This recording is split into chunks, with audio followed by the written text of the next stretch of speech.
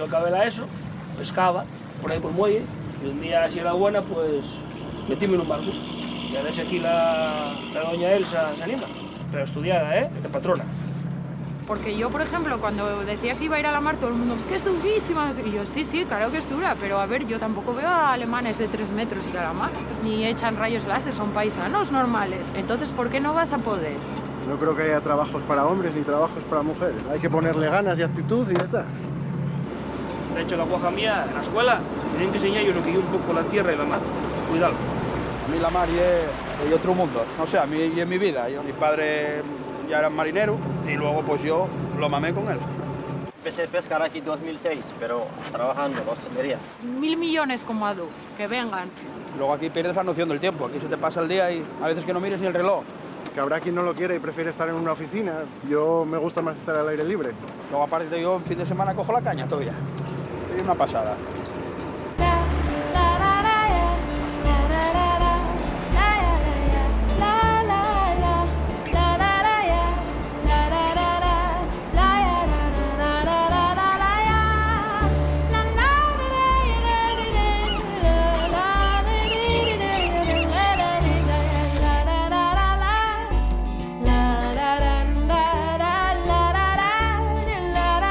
Vas a ayudarme,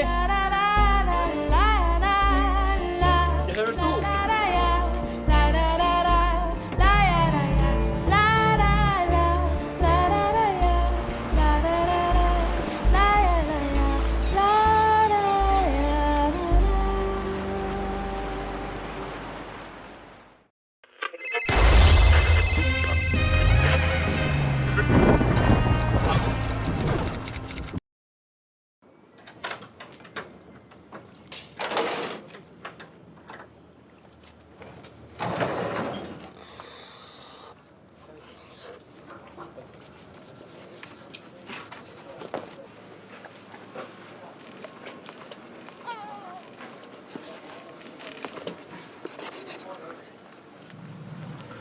Yo acabé la ESO, pescaba por ahí por el muelle, y un día, si era buena, pues metíme en un barco. Y a ver si aquí la doña Elsa se anima.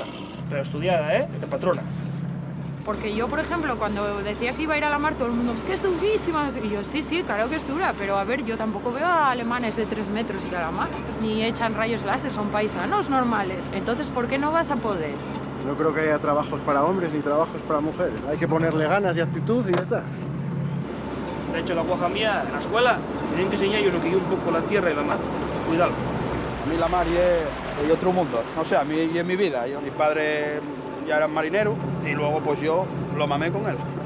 Empecé a pescar aquí en 2006, pero trabajando en la hostelería. 1.000 millones como Adu, que vengan.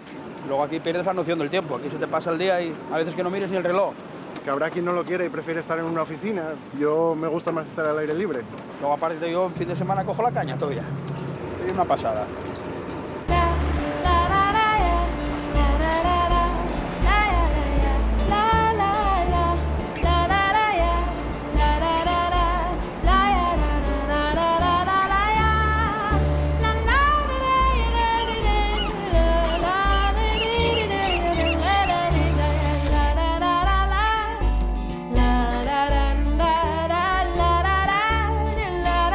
Vas a ayudarme, ¿Ya sabes tú?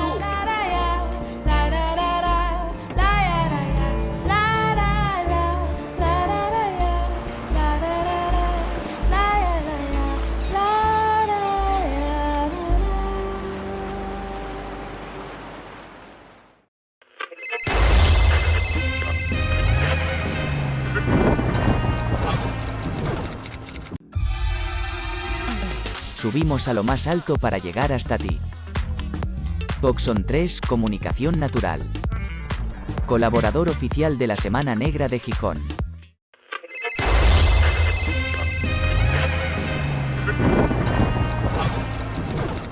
Era la verdad que muy distinta. Vuestras obras circulan por dos, son bastante diferentes.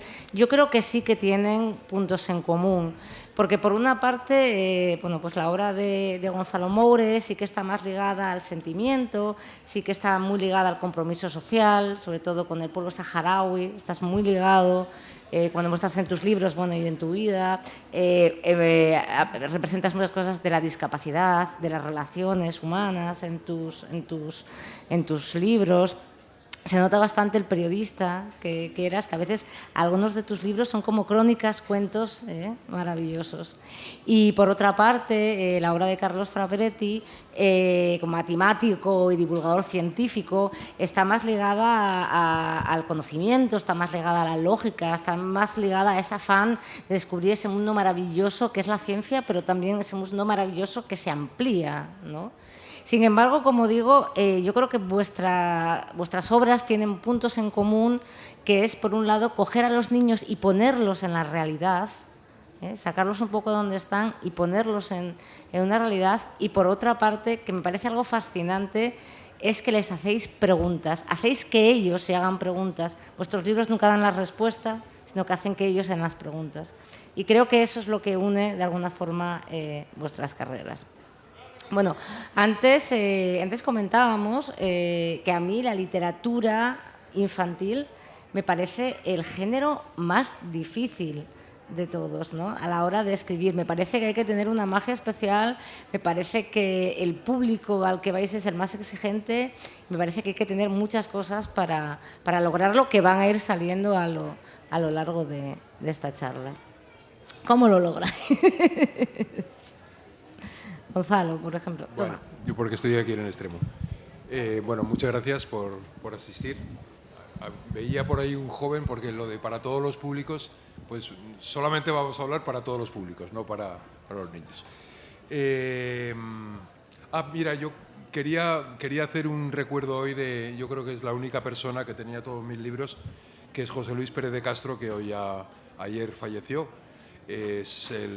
Ha sido el mayor coleccionista y yo creo que dinamizador también de alguna manera de toda la inmensa, tenía más de 60.000 libros, de toda la inmensa historia bibliográfica de Asturias, y por eso, bueno, pues hoy siento una gran pena, porque además fue importante en mi vida.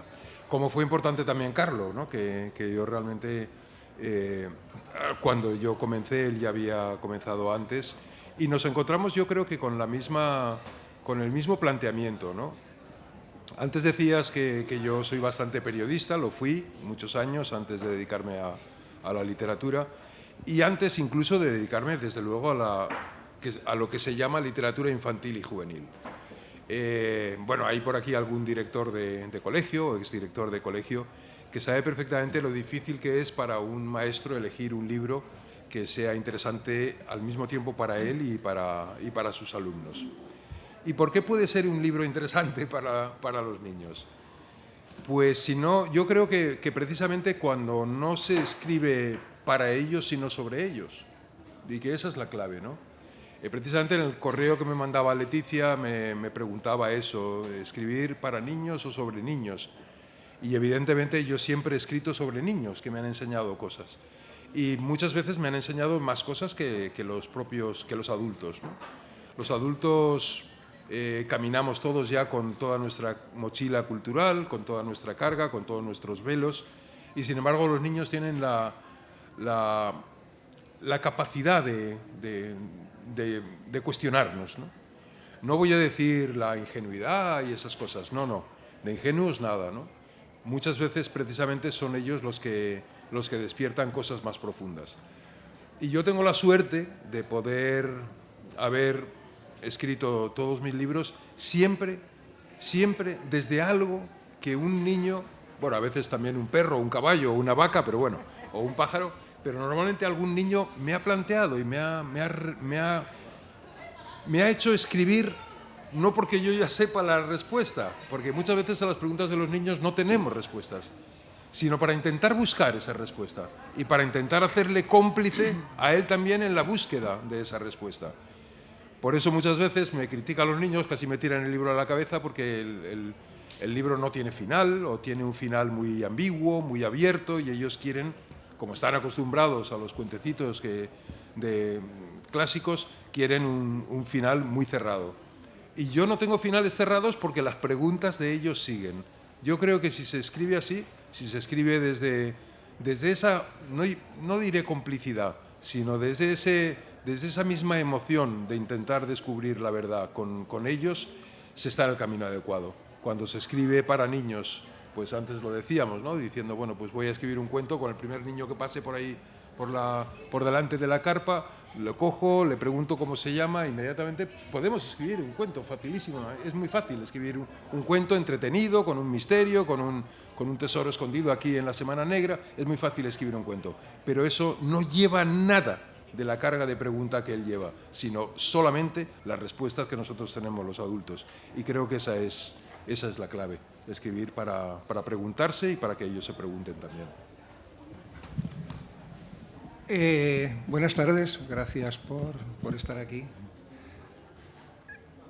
Decía Gregorio Marañón que el médico que es solo médico no es ni siquiera médico. Yo creo que es una reflexión que se puede aplicar a muchas esferas de la actividad humana, probablemente a todas. Y, desde luego, quien escribe solo para niños no escribe ni siquiera para niños. Es decir, abundando un poco en lo que habéis dicho, ¿no? No tiene sentido pensar en los niños y niñas de corta edad como interlocutores únicos. Tal vez esas primeras lecturas que no son literatura, sino libros que enseñan a leer o a conocer las primeras palabras y tal, pero fuera de eso no hay una literatura, o no debería haber una literatura específicamente infantil. En todo caso, hay una literatura específicamente para adultos. Es decir, no se puede pretender que un niño o una niña de 10 años lea el Ulises, por ejemplo, con interés y arrobo, ¿no? Bueno, también es difícil imaginar a un adulto leyendo el Ulises con gran interés. Pero cualquier cosa, o sea, los niños no han sido adultos, pero se supone que los adultos sí hemos sido niños y que no debemos superar, por supuesto, la etapa infantil, pero no a costa de abolirla, ni de silenciarla, ni de necrosarla, ¿no?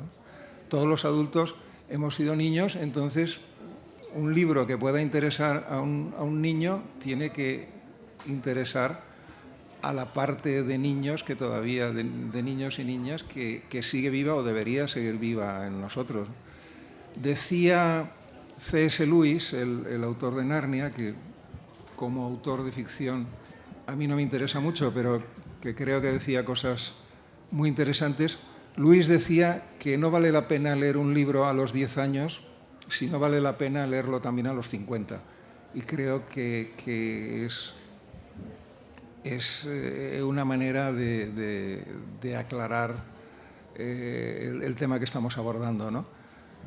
Yo todos los libros que fueron importantes para mí a los 8 o 10 años, como Alicia en el País de las Maravillas, Las aventuras de Tom Sawyer, Pinocho, Peter Pan, La isla del tesoro, los he seguido leyendo a lo largo de mi vida y cada vez me han aportado algo nuevo. Por supuesto, no es la misma lectura la que haces de adulto, ¿no? Pero si un libro no te interesa a los 50, no se lo des a leer a tu hijo, a tu hija o a los niños que hay, niñas que hay a tu alrededor, porque no tiene sentido, ¿no? En cuanto a la dificultad, lo comentábamos antes, ¿no? Decía Gonzalo que es muy fácil escribir así un cuento de circunstancias para salir del paso. Yo creo que pasa un poco lo mismo con la mal llamada literatura infantil, pasa lo mismo que con la poesía. Es bastante fácil escribir un poema mediocre, ¿no? ¿Quién no lo ha hecho en su juventud? ¿Quién no ha escrito un poema en la libreta de los deberes o en una servilleta de papel? Y también es fácil escribir un cuentecillo que pueda entretener a unos niños de 10 años, pero escribir un buen poema es lo más difícil del mundo, o sea, es mucho más difícil que escribir una buena novela, y escribir un buen libro de la mal llamada literatura infantil, yo creo que tiene todas las dificultades de cualquier narración y una serie de dificultades añadidas que tienen que ver con el hecho de dirigirnos a un público, aunque insisto, no específicamente.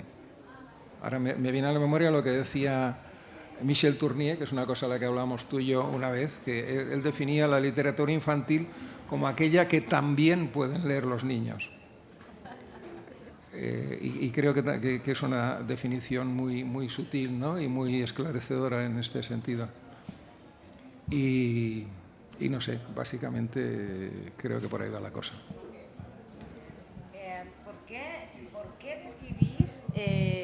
¿Por qué decidís escribir sobre esa literatura que también pueden leer los niños? ¿Cómo llegáis vosotros a ello? ¿Lo decidís o en qué momento os convertís en escritores? No, en mi caso yo sabía que quería ser escritor, lo sabía desde antes de saber escribir y leer. Yo ya fingía, pedí una vez a los reyes una libreta y un bolígrafo para imitar lo que hacía mi madre, que eran unas rayitas y unos círculos que luego se convertían en emociones y en bosques, que era de lo que ella escribía. Así que yo siempre quise ser escritor y, bueno, en un momento determinado, cerca ya de los 40 años, dije, bueno, voy a empezar.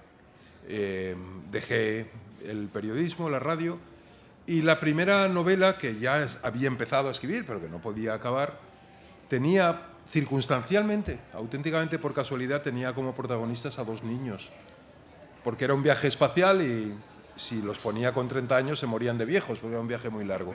Entonces decidí poner a 2 niños y me basé en un niño, vecino mío, que miraba con un telescopio las estrellas y me encantó. O sea, es que es fascinante, de verdad. Sumergirte en la mente del niño y tratar de ver el mundo a través de los ojos de un niño, y en este caso de ver el universo, ¿no? de ver el universo ya desde dentro, desde una nave espacial, me fascinó. Y había personajes adultos también, naturalmente, científicos, en fin. Pero lo que más me gustó de todo fue ver la vida a través de los ojos de los niños. Y sin querer me fui dirigiendo hacia ahí y ya seguí por ese camino. Seguí por ese camino, pero no seguí...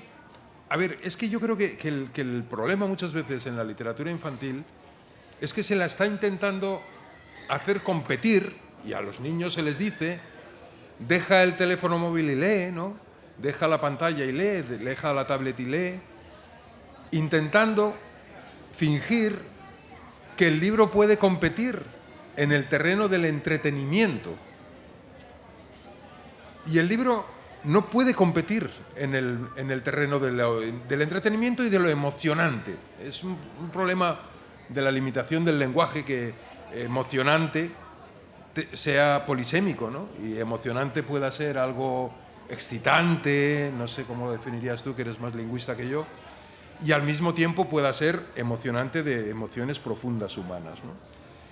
Yo creo que si enviamos al libro infantil, mal llamado infantil, a competir con los videojuegos, vamos a perder la batalla para siempre.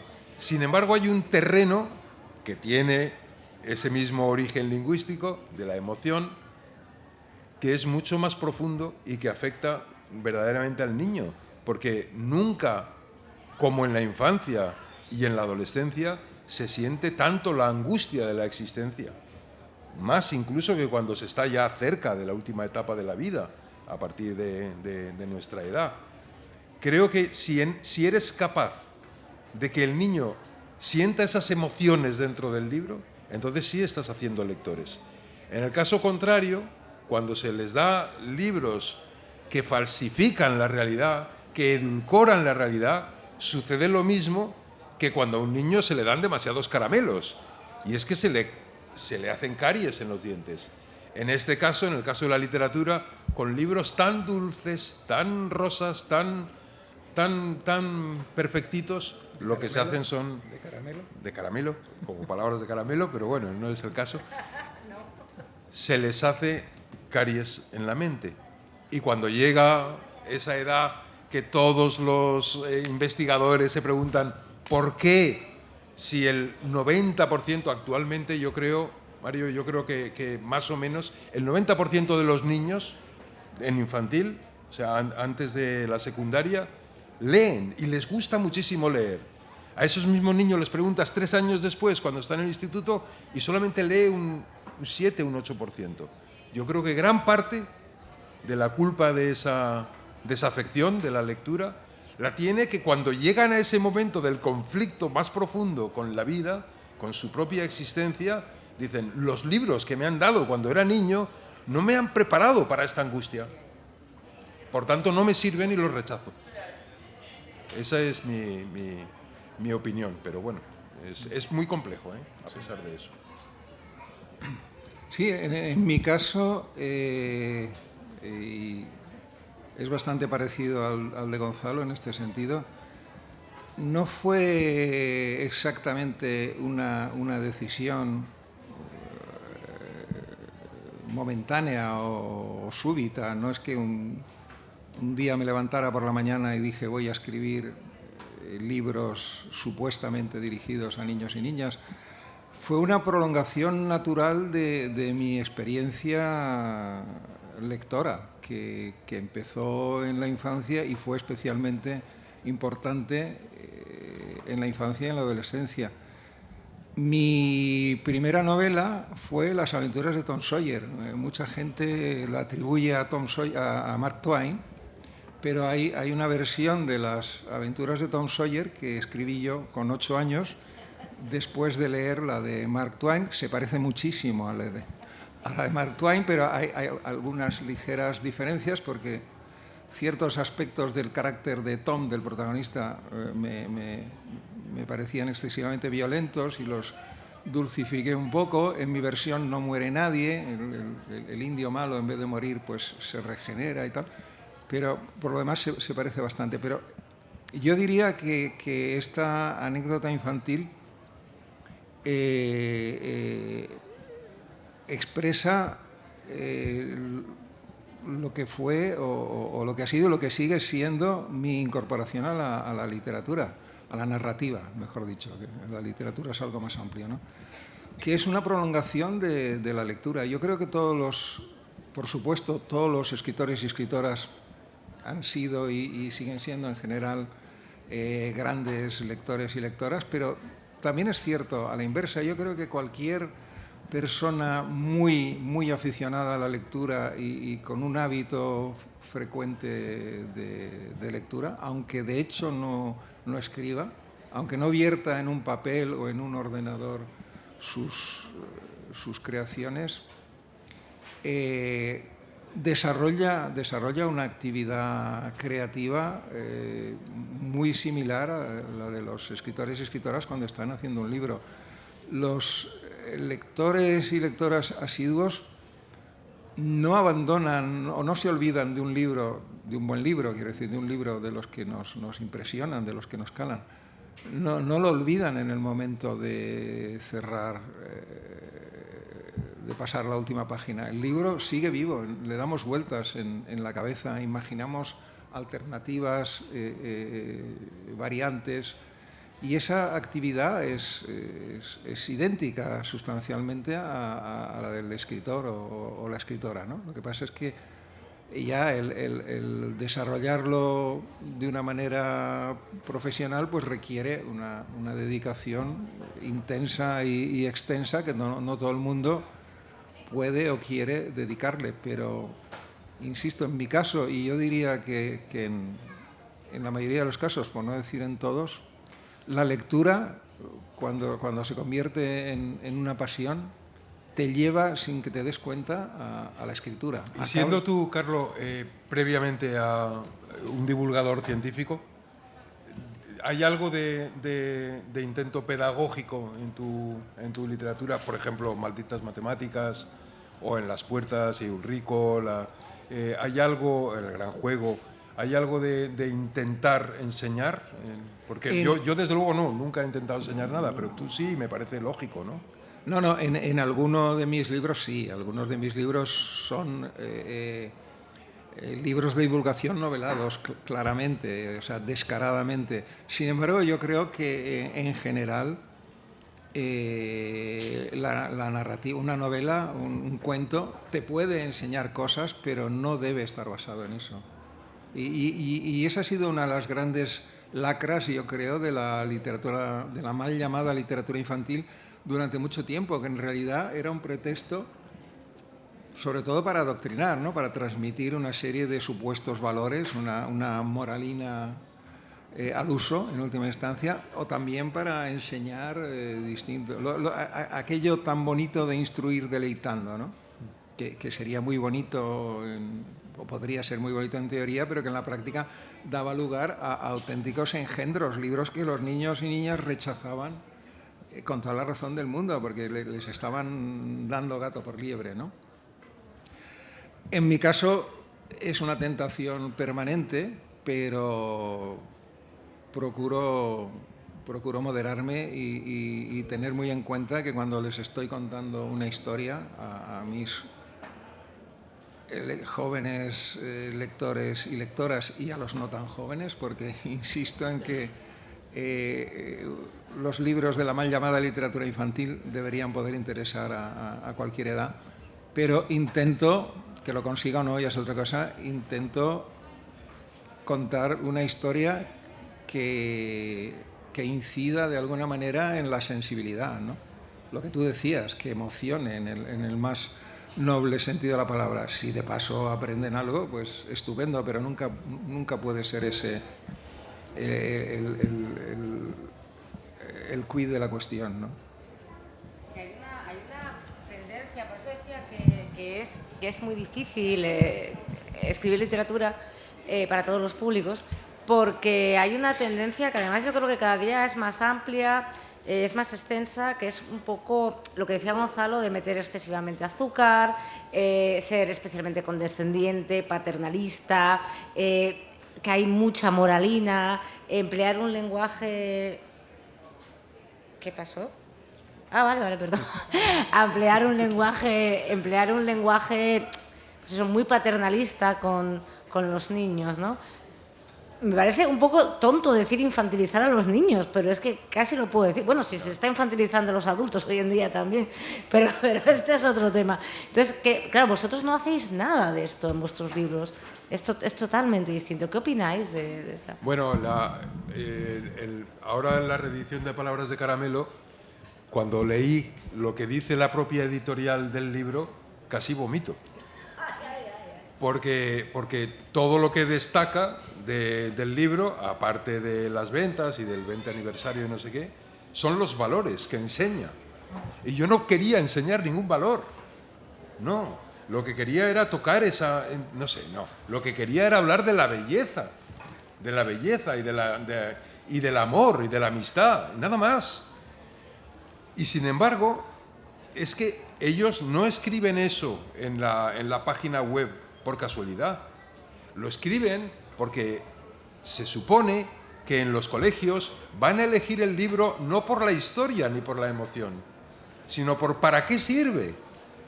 Este sirve para hablar de los emigrantes, este sirve para hablar del abuso escolar, este sirve para hablar del abuso de los ordenadores o del teléfono móvil. Si reducimos la literatura a eso, entonces tienen razón, absoluta razón, los grandes capos de la crítica y de la conformación de la mente en este país, que ignoran absolutamente la literatura infantil y juvenil.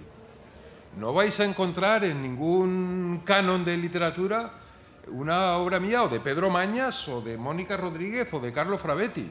No vais a encontrar ni una sola mención, porque consideran que toda la literatura infantil no es más que eso.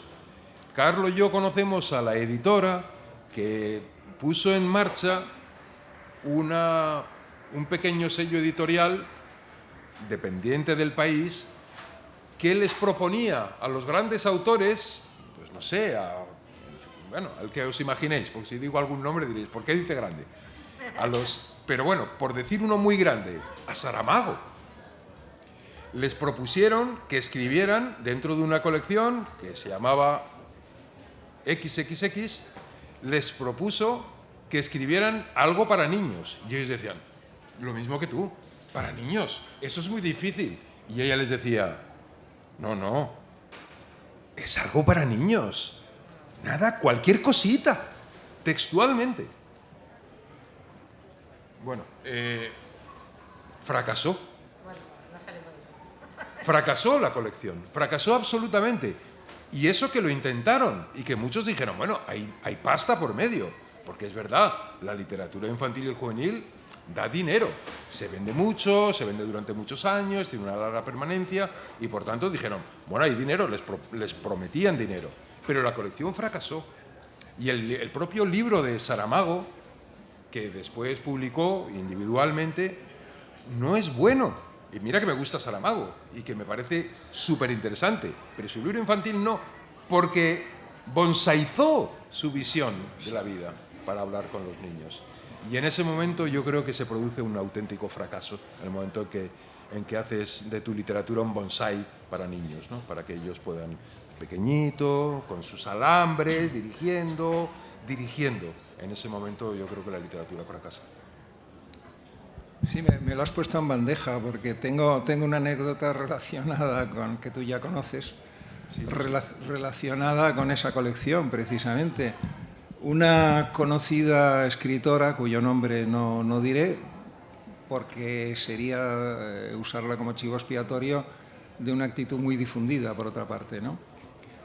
Publicó un libro en esta colección. Yo en aquella época publicaba mis libros tanto para niños como para adultos en aquel conglomerado de editoriales y coincidimos en un acto y, en fin, en plan así protocolario, educadamente le pregunté cómo había sido, yo no había leído su libro, no sabía cómo era, pero le pregunté cómo había sido la experiencia de escribir un libro de literatura infantil, que era algo que nunca había hecho, y me contestó, pues ha sido muy agradable, porque después de la exigencia de escribir una novela para adultos, me ha resultado muy relajante escribir para niños. Yo no pude morderme la lengua y a pesar de que había gente alrededor y tal, le dije, pues mira qué curioso, a mí me ocurre justo al revés. Después de la enorme exigencia de escribir un libro para niños y niñas de 10 años, supuestamente, me relajo escribiendo para adultos, porque se supone que los lectores y lectoras adultos, donde yo no llegue, pues ya lo suplirán ellos, ¿no? Si meto la pata, pues tienen la suficiente, se supone, madurez para no dejarse engañar o liar o desviar por mis posibles errores, mientras que los niños y niñas de corta edad están en nuestras manos. Están en nuestras manos, porque no tienen todavía el aparato crítico suficientemente desarrollado para saber si les estás engañando, si les estás dando una visión de la realidad que no se corresponde con nada.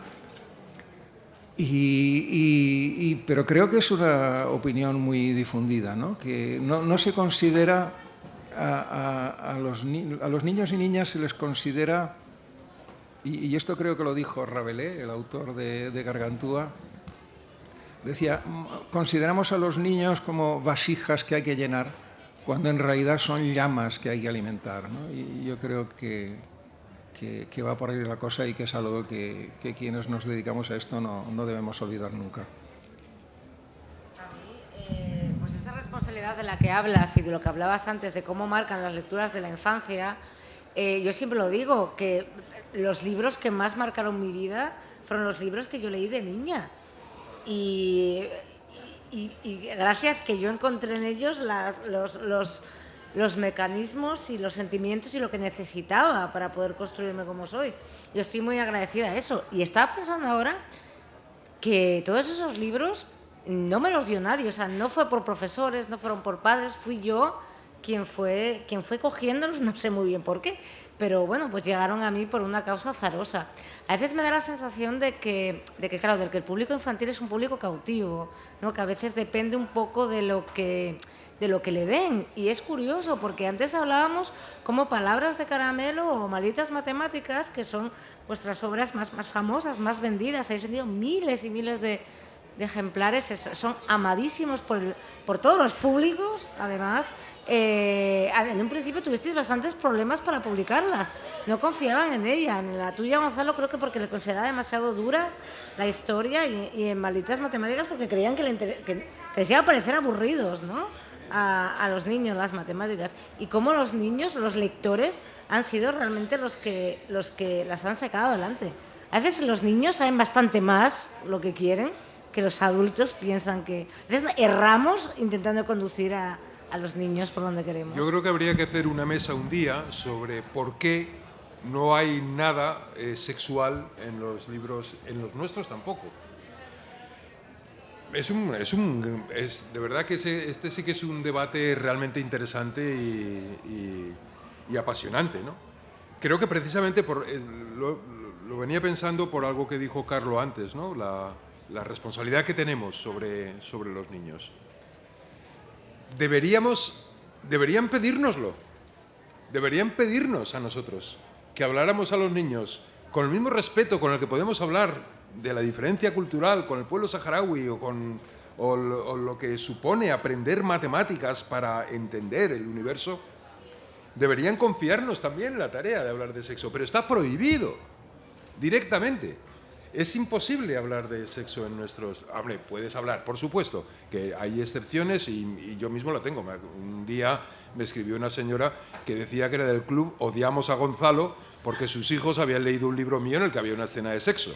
Entonces yo le respondí y le dije, muchas gracias por el club y tal, me gusta eso de Odiamos a Gonzalo. Pues no sé, es que he revisado el libro y solamente hay una escena en la que hay, pero vamos, es un sexo muy limpio.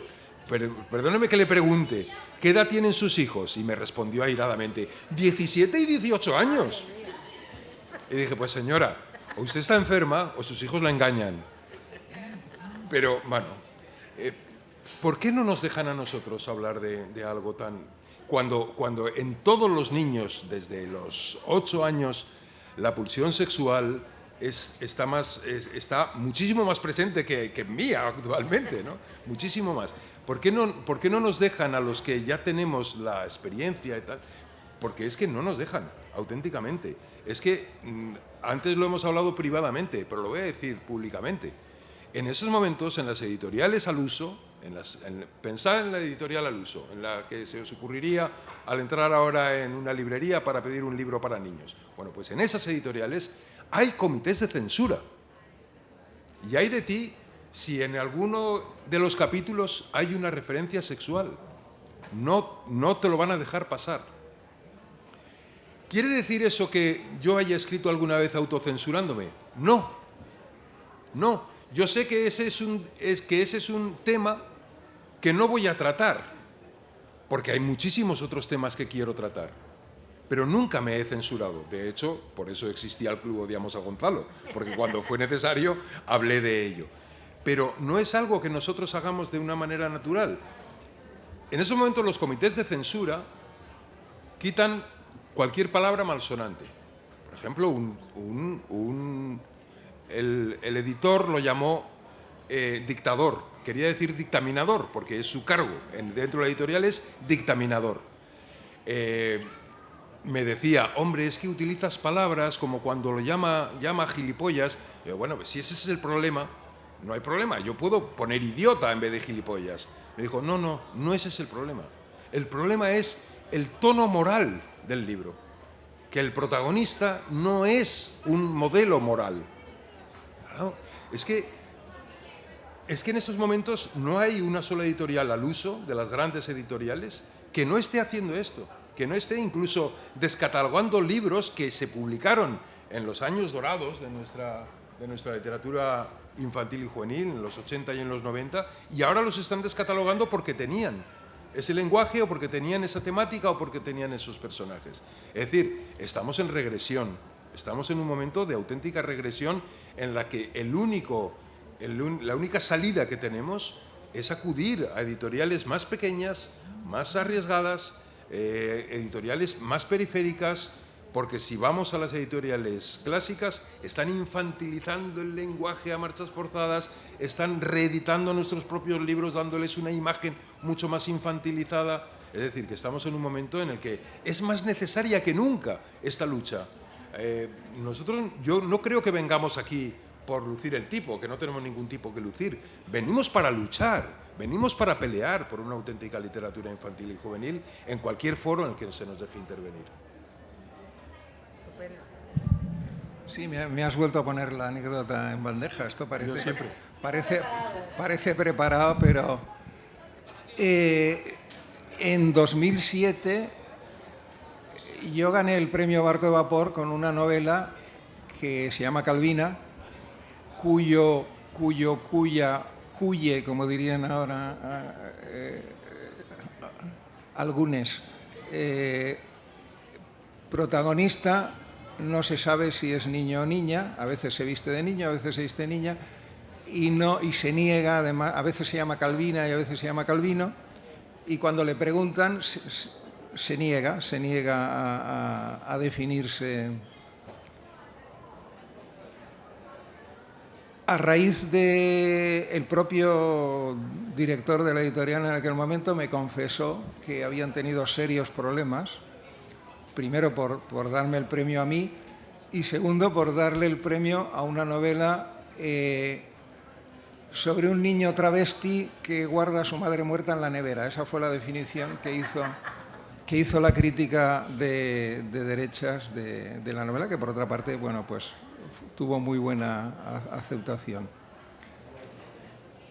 Tiempo después, no mucho tiempo después, me rechazaron no una, sino 2 novelas porque él o la protagonista no eran novelas narradas en primera persona y deliberadamente lo hice de forma que no apareciera nunca ningún adjetivo, pronombre o alusión que permitiera saber si quien hablaba era chico o chica. No había, por otra parte, ningún elemento de ambigüedad sexual o que pudiera despertar la menor objeción por parte de la censura más estricta en cuanto a moralidad y buenas costumbres. Simplemente no quedaba claro si el narrador o narradora era chico o chica. Y eso ya les pareció absolutamente intolerable, ese solo detalle, ¿no?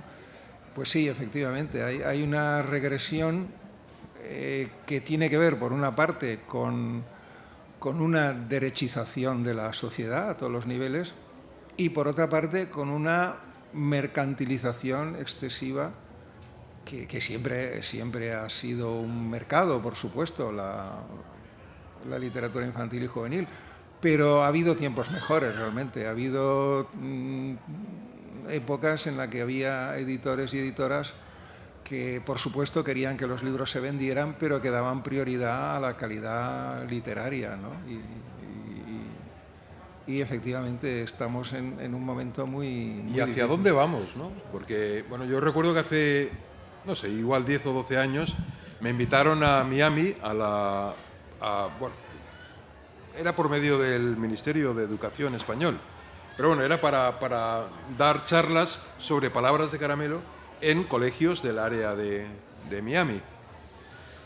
Cuando llegué, después de un viaje largo y caro, pero bueno, para el ministerio, no para mí, me informaron los profesores americanos de que había habido una queja de algunos padres y que no iba a poder hablar de palabras de caramelo porque era un libro de moros. Hacia ahí vamos. Porque cuando en estos momentos ya en el Parlamento hay una fuerte, que se prevé fortísima, presencia de la extrema derecha, pues dentro de poco, efectivamente, Palabras de caramelo aquí en España también será tenido como un libro de moros, ¿no? Ya lo dijo César Vidal, el no sé cómo llamarlo, iba a decir periodista, no, opinador de la cadena COPE, un día que me dieron un premio por el síndrome de Mozart, que trata del síndrome de Williams, y dijo, no lo oí yo, pero lo oyó un amigo mío que era director de cine y me llamó alarmado y me dijo, oye, César Vidal ha dicho que cómo se le puede dar un premio a un autor que solo escribe de gitanos, moros y subnormales. Hacia eso vamos.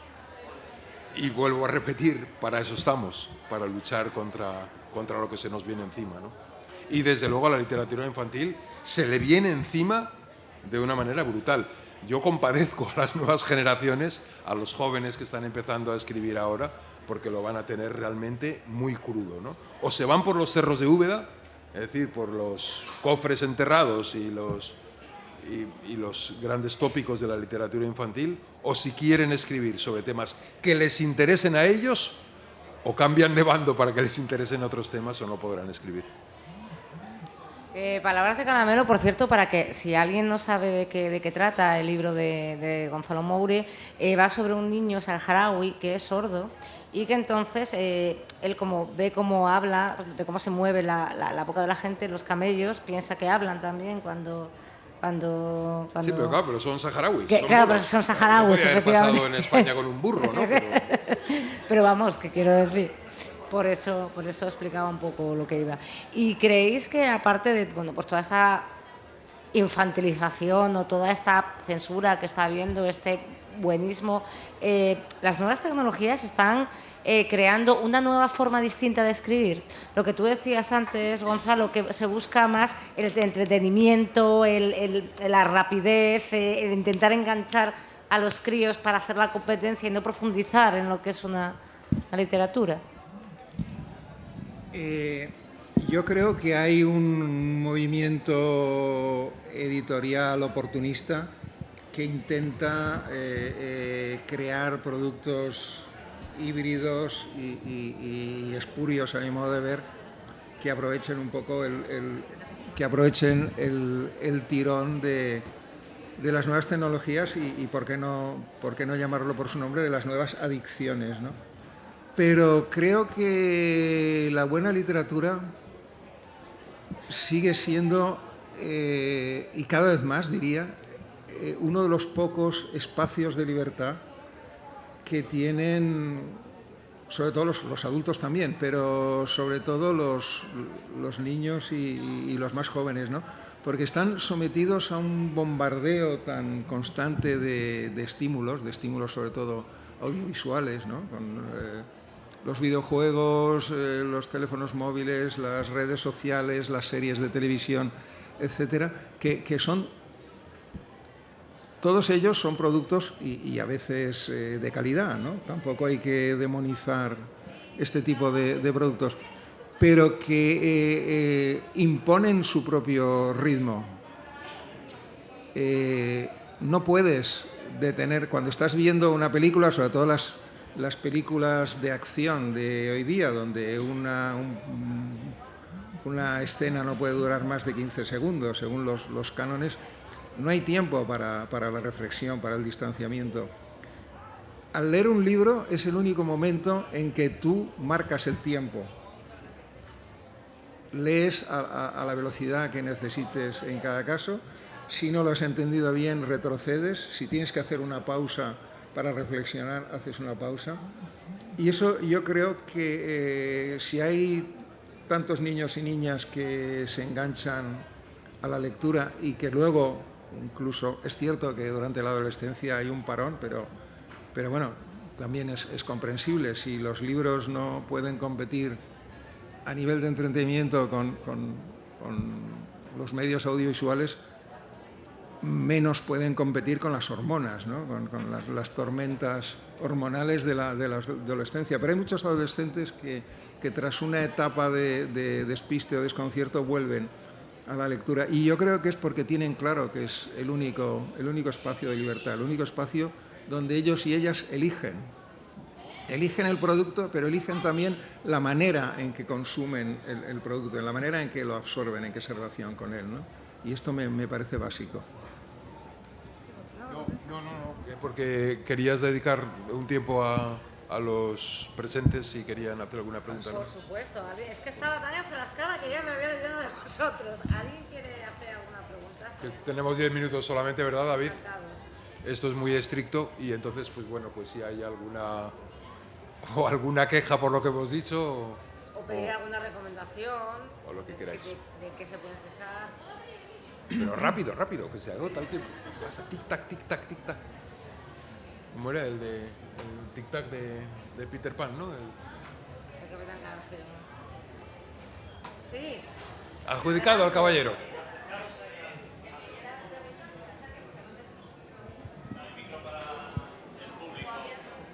Solo los que escriben pueden hablar por micro. Bueno. A ver, mi pregunta es que no sé si lo he escuchado bien porque hay bullicio ahí atrás y es la opinión sobre, en el tema de la escolarización, en la época escolar, se obliga a los jóvenes a leer ciertos libros y esos libros pueden ser interesantes o no. En mi caso, muchos de ellos no fueron interesantes. Por ejemplo, que me acuerde yo, 4 corazones con freno y marcha atrás. Obligatorio leerlo, pero es que no es te lo lees para disfrutar. Además es léetelo para probar. O sea, obligado. Y además, esto es una comedia. Y yo, bueno, en su momento habrá sido una comedia, pero a mí esto ni jiji, ni jaja, ni nada. Así que es posible que esa obligación de leer ciertos libros que antes eran populares o se consideraban buenos porque en su momento fueron revolucionarios, puede aburrir a la gente, a los jóvenes, a leer. ¿Entiendes? No, bueno, estoy totalmente de acuerdo. O sea, a mí me parece horrible incluso cuando lo hacen con un libro mío. Porque, sobre todo porque luego me escriben los niños preguntando, diciendo, hazme un vocabulario de palabras saharauis que salen en el libro, por favor, porque es muy trabajoso andar buscando todas las palabras saharauis que salen en el libro, ¿no? Me parece que es la peor manera de enseñar literatura o de... Habla tú, que me hago... Sí, es muy delicado lo de obligar a leer. A mí me parece tan aberrante como obligar a jugar. O sea, hay cosas a las que no se puede obligar, ¿no? Son, por definición, tienen que ser espontáneas y gozosas. En este sentido he conocido experiencias alternativas muy interesantes. Por ejemplo, recuerdo el caso de una maestra que sí, había libros que los niños y niñas tenían que acabar leyendo y comentándolos públicamente y tal, pero los elegían de manera consensuada, ¿no? De manera democrática. Había varias propuestas, se comentaban y entonces acordaban, a lo mejor no todos y todas el mismo libro, pero había unos cuantos libros que por aclamación popular, digamos... Claro, en ese sentido, hace un momento ha estado Rosa Piquín aquí, una gran teórica de las bibliotecas, asturiana y dentro del panorama internacional, hablando de las bibliotecas. Sobre todo ella está especializada en bibliotecas escolares. La llegada de las bibliotecas escolares a la escuela ha sido fundamental, precisamente para eso. Porque en el momento en que hay muchos libros en la biblioteca, son los propios niños los que pueden elegir. Entonces, en ese momento, ellos seleccionan un libro por consenso y dicen, ese es el libro que hay que leer. Ese es el gran cambio que se está dando en la educación. Afortunadamente, mientras hemos dibujado aquí un panorama muy siniestro de la ultraderecha y de poco a poco la censura, etc. Pero también es cierto que hay un panorama muy estimulante en la enseñanza pública en estos momentos, muy relacionado con la lectura. Nunca antes se ha leído tanto como se está leyendo en la escuela. Cuando nosotros empezamos hace 30 años, que nos conocimos en Ávila, haciendo encuentros los dos, era muy raro que en un colegio se leyera. Actualmente, lo raro es que en un colegio no se lea. ¿Cómo se selecciona eso? Pues efectivamente, desde luego en la infancia no es el criterio leer Un corazón con freno y marcha atrás, ni leer El Buscón, ni leer El Lazarillo. El criterio es otro, que es un criterio peligroso, porque claro, depende del maestro. Por tanto, estamos también ante la necesidad de formar a los maestros en la elección de la literatura. Yo recuerdo algo que viví en Pravia, cuando un Samuel Alonso, un colega nuestro, daba un taller sobre literatura infantil para maestros y les preguntó cuál era el último libro que habían leído. Y el primero no se acordaba, el segundo no se acordaba, el tercero tampoco se acordaba y la cuarta sí. Dijo, uno de conejos. Eso era todo lo que recordaba el libro que había leído. ¿Con qué criterio podían esos maestros recomendar un libro adecuado a sus niños? La mayor parte de las veces, yo tengo un libro que se llama Mayito Panduro. Y una vez en un colegio de Madrid, en un colegio pijo, en un colegio en el barrio de Salamanca, el profesor me presentó a los niños diciendo, bueno, por fin, ha llegado el día, aquí tenéis a Mayito Panduro, el autor de... Y miró así, yo dije, sí, de Gonzalo Moure. Y claro, los niños se rieron en sus narices, se rieron de él, porque obviamente no había leído el libro. Y sin embargo estaba recomendando ese libro. Ese es un trabajo que también tenemos que hacer, el de formar en la Escuela de Magisterio. ¿Has ido alguna vez a la Escuela de Magisterio? ¿Te han invitado a la Escuela de Magisterio?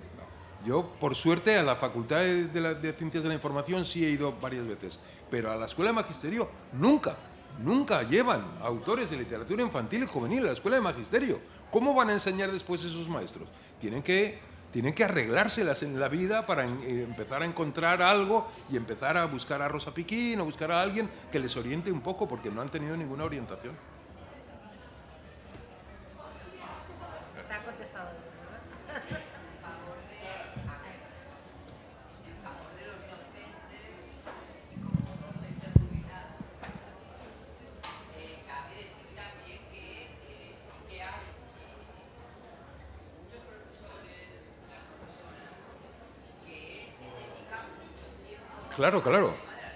Claro.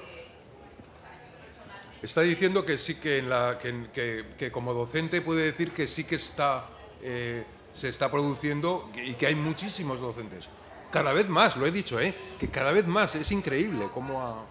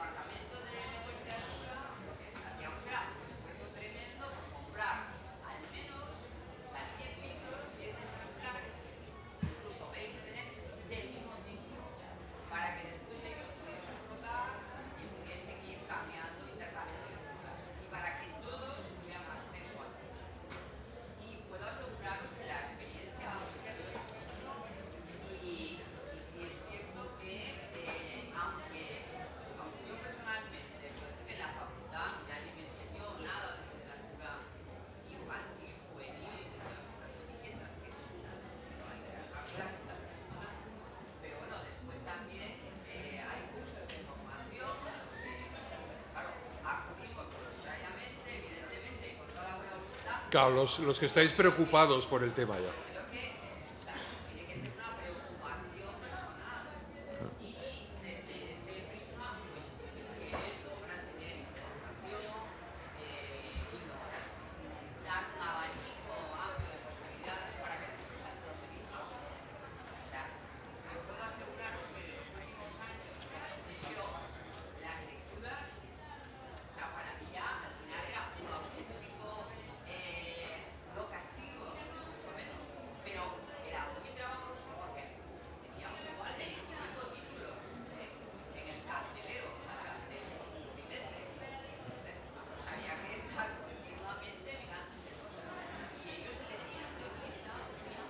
Pues está muy bien. Yo creo que eso no era específico de Ledesma, que hay que acceder, No, cada vez más, de verdad. O sea, la anécdota de Samuel es de hace años, no lo he dicho, pero es de hace años. Actualmente, la cantidad de centros con biblioteca escolar es, bueno, casi total ya, ¿eh? Cuando empezamos no había bibliotecas escolares y actualmente hay prácticamente en todos los colegios ya. Públicos, Públicos. Mejor en los públicos que en los privados, por cierto. Bueno, por desgracia ya tenemos que ir terminando. Son cosas del tiempo. Tenéis a libros de los autores a vuestra disposición, ahí si queréis estar. No hemos venido a eso, ¿eh? No, pero yo sí vengo a venderlo. Ha sido un placer y sobre todo creo que se lanza hasta aquí un grito, que es que luchemos por una literatura para todos los públicos, que sea buena, que tenga calidad y que siga conmoviendo. Por favor, no perdamos eso, tan importante. Y gracias por todo. Gracias a ti.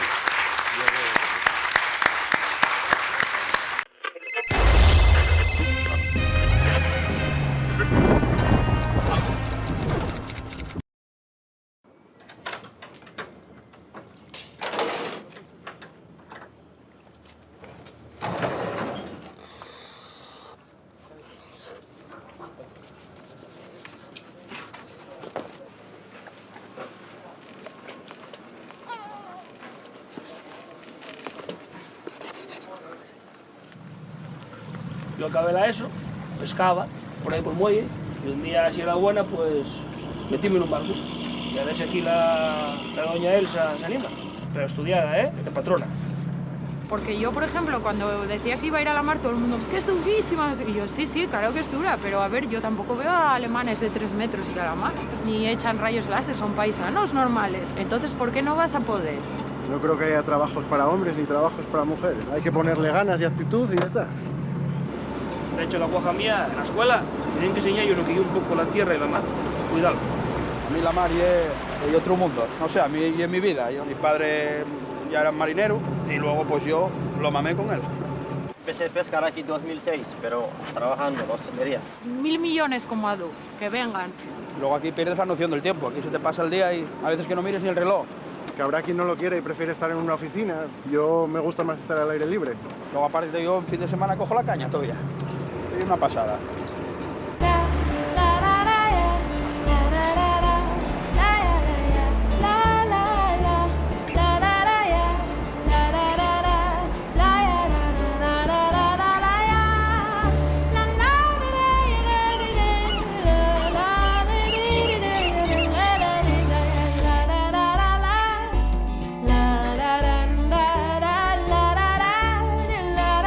¿Vas a ayudarme, ¿Ya sabes tú?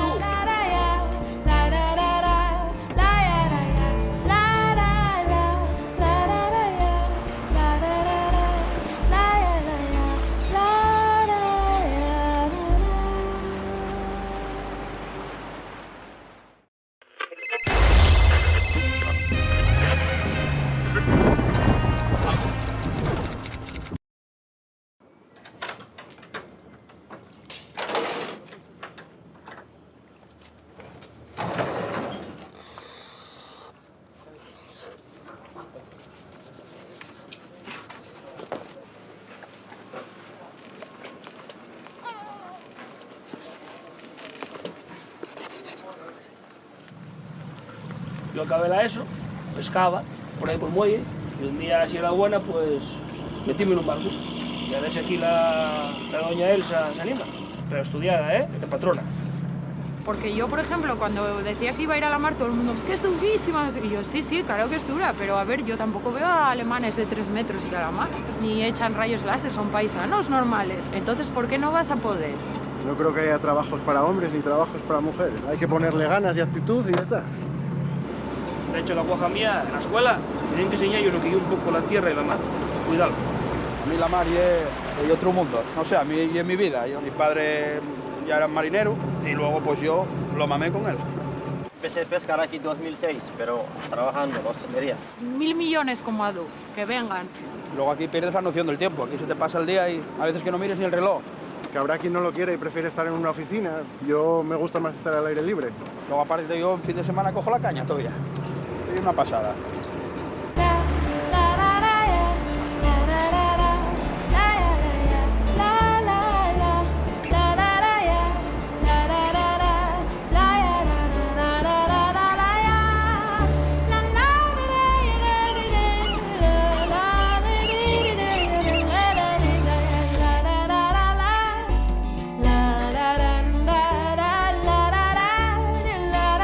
¿Vas a ayudarme,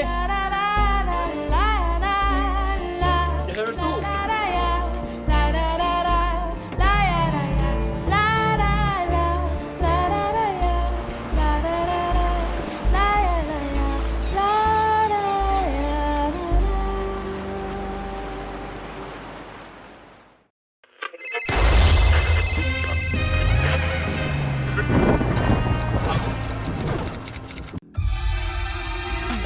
Subimos a lo más alto para llegar hasta ti. Coxon 3 Comunicación Natural. Colaborador oficial de la Semana Negra de Gijón.